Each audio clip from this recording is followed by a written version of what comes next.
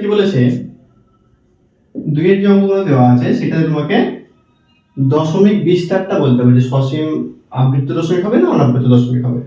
ঠিক আছে, তাহলে প্রথম অঙ্কটাতে কি আছে তোমার 1/11।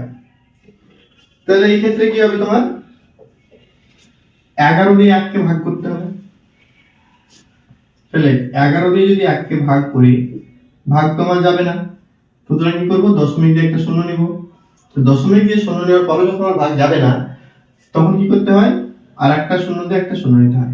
কারণ দশমিক দিয়ে আমি শুধুমাত্র একবারই একটা শূন্য পাবো, যখনই দরকার একটাই পাবো। ঠিক আছে, তাহলে 11 9 99 1, দশমিকের জন্য একটা শূন্য পাবোই আমি।